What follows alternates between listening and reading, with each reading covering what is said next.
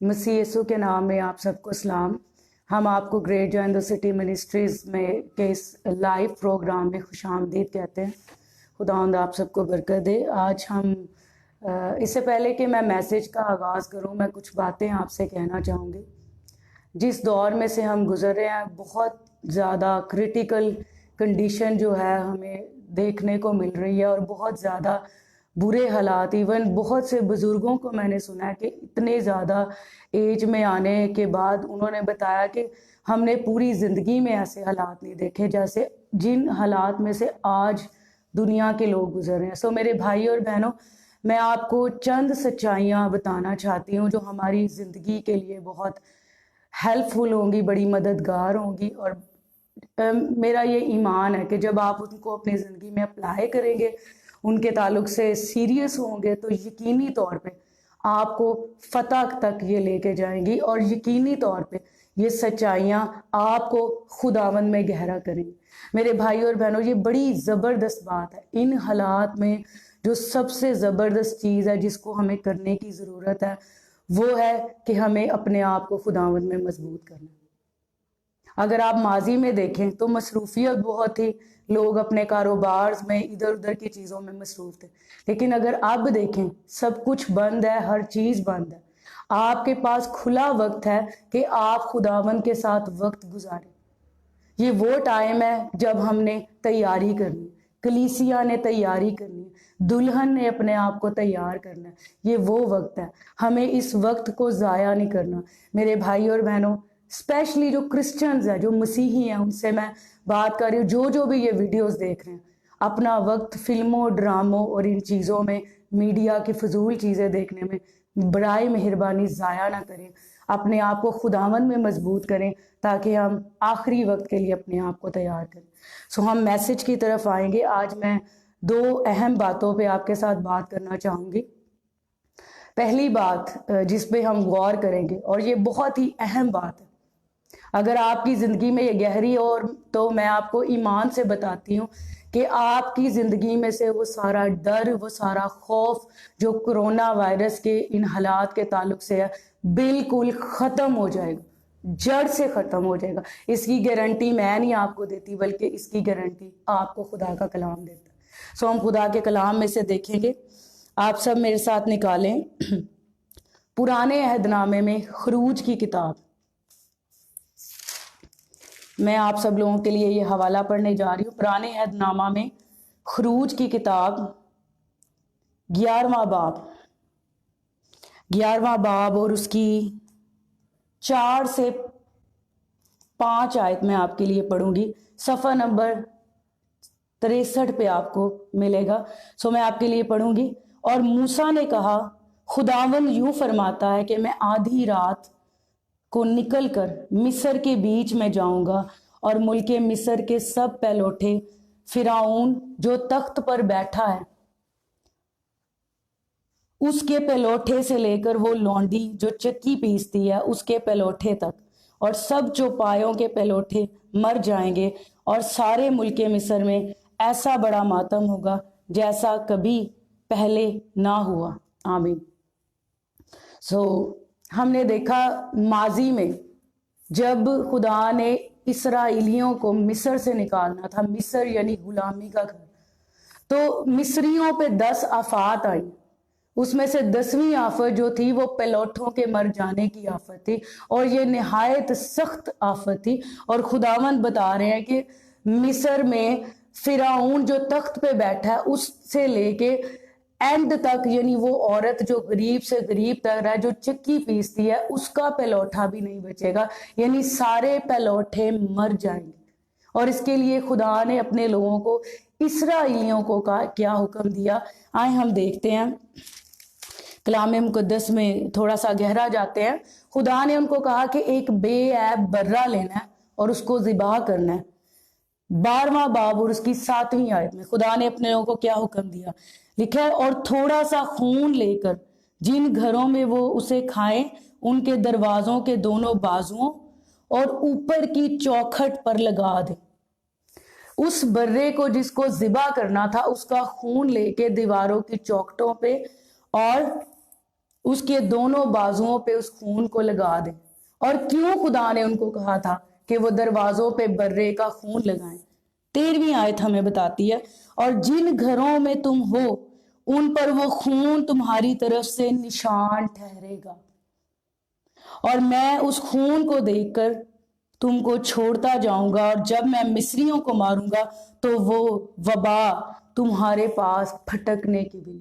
میرے بھائی اور بہنوں، کتنی زبردست بات ہے. جب مصر میں سارے پلوٹھے مر گئے، ایون جانوروں کے پلوٹھے بھی مر گئے، اس وقت اسرائیلی جو مصر میں ہی رہتے تھے، جو جشن کے علاقہ میں رہتے تھے، وہ محفوظ رہے. انہوں نے برہ لیا، بے عیب برہ لیا، اس کو ذبح کیا اور اس کا خون لے کے دونوں بازوؤں پہ لگایا اور چوکھٹ پہ لگایا، اور لکھا ہوا ہے وبا، خدا نے کیا کہا؟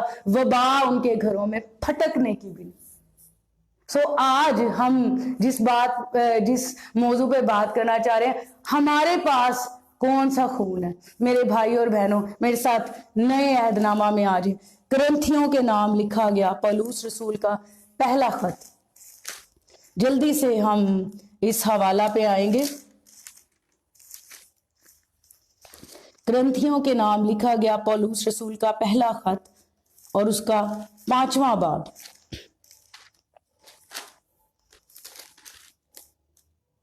5واں باب اور اس کی 7ویں آیت لکھا ہے، پرانا خمیر نکال کر اپنے آپ کو پاک کر لو تاکہ تازہ گندھا ہوا آٹا بن جاؤ، چنانچہ تم بے خمیر ہو، کیونکہ ہمارا بھی فسح یعنی مسیح قربان ہوا. ہالیلویہ. میرے بھائی اور بہنوں، اس وقت جو برہ لے کے ذبح کیا گیا، اس وقت جو خون لگایا گیا، وہ کس کا خون تھا؟ وہ بروں کا خون تھا، جن کو چوکھٹوں پہ اور بازوؤں پہ لگایا گیا، اور وبا ان کے گھروں میں پھٹکی بھی نہیں. اور نئے عہد نامے میں ہمیں خدا کیا بتاتا ہے؟ ہمارا بھی فسح یعنی ہمارے لیے بھی برہ قربان ہوا ہے. اور وہ کون سا برہ ہے؟ وہ خدا کا بیٹا یسوع مسیح ہے. یسوع مسیح ہمارے لیے قربان ہوا، اور یسوع کا خون جو ہمارے لیے بہایا گیا وہ ہمیں ہر طرح کی وبا سے محفوظ رکھتا ہے. ہالیلویہ. اس بات کو سن کے میں آپ کو بتا رہی ہوں، خدا نے مجھے اس چیز کا ریولیشن دیا، مکاشفہ دیا. جب یسوع کا خون آپ اپنے اوپر لے لیتے ہیں تو پھر آپ کو ڈرنے کی کوئی ضرورت نہیں. ہم گاتے ہیں نا، خون لگانے سے تو بچ جائے گا، موت کا فرشتہ گزر جائے گا. آپ کو کرونا وائرس سے ڈرنے کی ضرورت نہیں، یسوع کا خون آپ کی محافظت کے لیے کافی. آپ اپنے آپ کو، اپنے گھروں کو، اپنے بچوں کو، اپنی ہر چیز کو یسوع کے خون میں چھپائیں. کوئی وبا آپ کے خیمہ کے نزدیک نہیں آئے گی. 91 زبور میں لکھا ہے، جو حق تعالیٰ کے پردہ میں رہتا ہے وہ قادر مطلق کے سایہ میں سکونت کرے گا. اور یہ بھی آیت ہے، کوئی وبا اس کے خیمہ کے نزدیک نہ آئے گی. میرے بھائی اور بہنوں، بڑی زبردست بات ہے. یسوع کا خون آپ اپنی زندگیوں پہ لیں، یسوع کے خون کو آپ ان حالات میں استعمال کریں. اور میں آپ کو کہوں گی صرف ان حالات میں نہیں، یسوع کا خون ہر وقت آپ کے لیے میسر ہے کہ آپ اس کو اپنے اوپر لیں اور ہر طرح کی ابلیسی قوت سے، وبا سے، ہر طرح کی بیماری سے اپنے آپ کو، اپنے بچوں کو، اپنی زندگیوں کو محفوظ رکھیں. ابلیس آپ کو ڈرانے کے لیے آئے تو اس کو بتائیں، مجھے پتا ہے میرا بھی فسح، میرا مسیح، میرا یسوع میرے لیے قربان ہوا ہے، میں اس کا خون اپنے اوپر لیتا ہوں. ہالیلویہ. ہم دوسری مین پوائنٹ پہ بات کریں گے. بہت سے لوگ آج جو ہے وہ کنفیوژن کا شکار ہے. بہت سے لوگ جو ہے وہ اس بات کو لے رہے ہیں. میں نے بہت سے میسیجز سنے بہت سے خادموں کے، جو پرانے عہد نامے کو لے کے تو وہ اس بات کو ظاہر کر رہے ہیں کہ خدا کا غضب جو ہے وہ زمین پہ آیا، خدا جو ہے وہ لوگوں کو جج کر رہا ہے، خدا جو ہے وہ لوگوں کو یہ کر رہا ہے، آزما رہا ہے، یہ وہ پتہ نہیں کیا کیا. اور وہی ٹیچنگ جو پرانے عہد سے لے کے جو ہے نا وہ لوگوں کو بتائی جا رہی ہے. میرے بھائی اور بہنوں، اس وقت یہ وقت نہیں ہے کہ ہم لوگوں کو ڈرائیں. اس وقت یہ وقت ہے کہ ہم لوگوں کو یہ بتائیں خدا بھلا خدا ہے، خدا ان سے پیار کرتا ہے اور خدا ان کو بچا سکتا ہے. ہم اپنے پوائنٹ پہ واپس آئیں گے. ہم کیا بات کریں گے؟ دوسرا مین پوائنٹ، ہمیں اس بات کو جاننے کی ضرورت ہے کہ اب ہم نئے عہد میں شامل ہیں. اب ہم نئے عہد میں شامل ہیں. یقیناً پرانا عہد نامہ جو ہے وہ بھی بائبل مقدس کا حصہ ہے.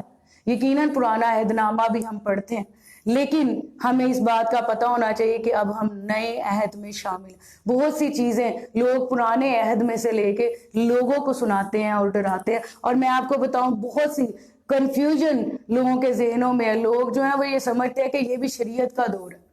ایون ایک بھائی میرے پاس آئے اور انہوں نے آ کے مجھے کہا کہ آپ اس بات پہ تعلیم دیں کہ شریعت کو پہ عمل کرنا چاہیے۔ سو آج ہم یہ سیکھیں گے کہ ہمیں کیا کرنا چاہیے۔ پرانے عہد نامے کے مطابق پرانا عہد کیسے باندھا گیا، میرے ساتھ دیکھیے خروج کی کتاب اس کا 24واں باب۔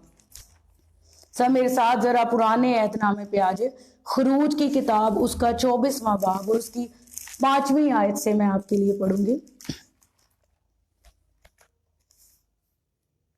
5ویں آیت میں آپ سب کے لیے پڑھوں گی۔ اور اس نے بنی اسرائیل کے جوانوں کو بھیجا جنہوں نے سختنی قربانیاں چڑھائیں اور بیلوں کو ذبح کر کے سلامتی کے ذبیحے خداوند کے لیے گزرانے، اور موسیٰ نے آدھا خون لے کر باسنوں میں رکھا اور آدھا قربان گاہ پر چھڑک دیا۔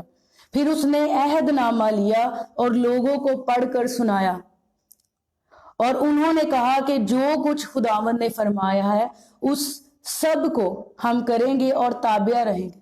تب موسیٰ نے اس خون کو لے کر لوگوں پر چھڑکا اور کہا، دیکھو یہ اس عہد کا خون ہے جو خداوند نے ان سب باتوں کے بارے میں تمہارے ساتھ باندھا ہے۔ میری بھائی اور بہنوں، یہ عہد جو ہے یہ پرانا عہد تھا اور یہ بیلوں اور بچڑوں کے خون کے ذریعے باندھا گیا تھا، اور اس عہد کو اگر آپ آسان لفظوں میں کہیں تو اس کو ہم شریعت کہتے ہیں۔ اور نیا عہد نامہ ہمیں بتاتا ہے کہ شریعت پر کوئی بھی شخص عمل نہیں کر سکتا، کوئی بھی شخص نہیں۔ ایون یسوع مسیح نے کیا کہا؟ یسوع نے کہا کہ میں شریعت کو منسوخ کرنے نہیں بلکہ پورا کرنے۔ کوئی بشر شریعت کو پورا نہیں کر سکا، کوئی بشر اس کو مکمل اس پہ عمل نہیں کر سکا، صرف ایک یسوع مسیح ہے جنہوں نے شریعت کو پورا کیا۔ اس لیے یسوع نے کیا کہا؟ میں شریعت کو منسوخ کرنے نہیں بلکہ شریعت کو پورا کرنے آیا ہوں۔ اگر ہم سمجھتے ہیں کہ ہم شریعت پہ عمل کرتے ہیں تو میں آپ کے لیے ایک آیت پڑھنا چاہوں گی نئے عہد نامہ میں سے، یعقوب کا خط، یعقوب کا عام خط، عبرانیوں کے بعد آپ کو یہ خط ملے گا، یعقوب کا عام خط اس کا دوسرا باب اور اس کی 10ویں اور 11ویں آیت میں آپ کے لیے پڑھوں گی۔ لکھا ہے، کیونکہ جس نے ساری شریعت پر عمل کیا اور ایک ہی بات میں خطا کی وہ سب باتوں میں قصوروار ٹھہرا، اس لیے کہ جس نے یہ فرمایا کہ تو زنا نہ کر، اسی نے یہ بھی فرمایا کہ خون نہ کر۔ پس اگر تو نے زنا تو نہ کیا مگر خون کیا تو بھی تو شریعت کا عدول کرنے والا ٹھہرا۔ سو میرے بھائی اور بہنوں، کوئی بشر ایسا نہیں ہے جس نے شریعت پر پورا عمل کیا ہو۔ اگر ہم شریعت پر پورا عمل کر سکتے تو کبھی بھی یسوع مسیح ہمارے لیے نہ آتے۔ یسوع ہمارے لیے آئے اور یسوع نے شریعت کو منسوخ نہیں کیا، یسوع نے شریعت کو پورا کیا، اور پورا کرنے کا اسی لیے لکھا ہوا ہے دکھ اٹھا اٹھا کر اس نے فرمانبرداری کرنا سیکھی، اس نے اس کو پورا کیا۔ یسوع مسیح خدا کا برہ، ہمارا فصح، لکھا ہے یوحنا نے کیا کہا؟ دیکھو وہ خدا کا برہ جو جہان کے گناہ اٹھا لے جاتا ہے۔ سو میرے بھائی اور بہنوں، یسوع مسیح ہمارا عوضی بنا۔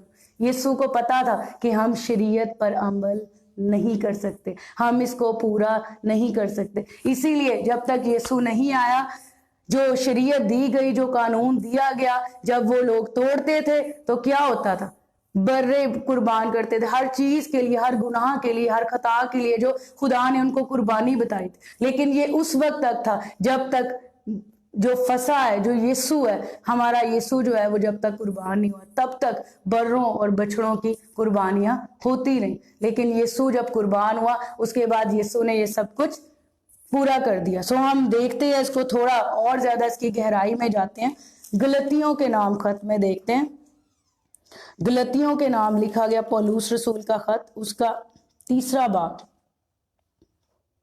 اور اس کی 10ویں آیت میں ہم بات یہ کر رہے ہیں کہ خداون اب ہمیں جج نہیں کر رہا کیونکہ ہم نئے عہد میں شامل ہیں، اور نیا عہد، پرانا عہد جو ہے وہ بکروں اور بچڑوں کے خون کے وسیلہ سے باندھا گیا تھا، لیکن نیا عہد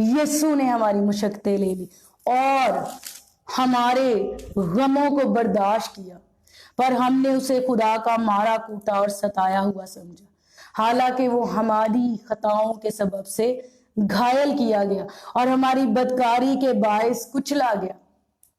ہماری ہی سلامتی کے لیے، دھیان سے سنیں، دیکھیں، ہماری سلامتی کے لیے اس پر سیاست ہوئی تاکہ اس کے مار کھانے سے ہم شفا پائیں۔ میرے بھائی اور بہنوں، ہاں خدا انصاف والا خدا ہے، ہاں خدا عدالت کرتا ہے، لیکن اس نے انصاف کیسے کیا؟ اس نے یسوع کو کچلا، لکھا ہے اس کو یہ پسند آیا کہ وہ اس کو کچلے۔ اگر آپ اس کو آگے پڑھیں تو آپ کو نظر آتا ہے، لکھا ہے ہم سب بھیڑوں کی مانند بھٹک گئے تھے، ہم میں سے ہر ایک اپنی راہ کو پھرا، پر خداوند نے ہم سب کی بدکاری اس پر لاد دی۔ ہمارے گناہ، ہماری بدکاری یسوع پہ لاد دی۔ یسوع نے ہمارے لیے یہ سارا کچھ کیا۔ وہ ستایا گیا تو بھی اس نے برداشت کیا اور منہ نہ کھولا، جس طرح برا جسے ذبح کرنے کو لیے جاتے ہیں اور جس طرح بھیڑ اپنے بال کترنے والوں کے سامنے بے زبان ہے، اسی طرح وہ خاموش رہا۔ اور لکھا ہے خدا کو یہ پسند آیا کہ اسے کچلے۔ کیوں خدا نے اسے کچلا؟ تاکہ ہم آزاد ہوں، تاکہ ہم لعنت سے محفوظ ہوں۔ آپ کیوں پریشان ہیں کرونا سے؟ کرونا آپ کو چھو نہیں سکتا، کیونکہ خدا یسوع کا قیمتی خون آپ کی محافظت کے لیے بھیجا گیا۔ میں آپ کو بڑی اہم بات بتانے جا رہی ہوں، جیسے خدا ایمان کے ذریعے کام کرتا ہے، ویسے ہی ابلیس خوف کے ذریعے کام کرتا ہے۔ لیکن ہاللویہ، کلام میں لکھا ہے اس نے ہمیں خوف کی، دہشت کی روح نہیں دی، ہمارے پاس قدرت، محبت اور تربیت کا روح۔ میرے بھائی اور بہنوں، یسوع پر ایمان لائے اور بالکل ہر چیز سے فری ہو جائے۔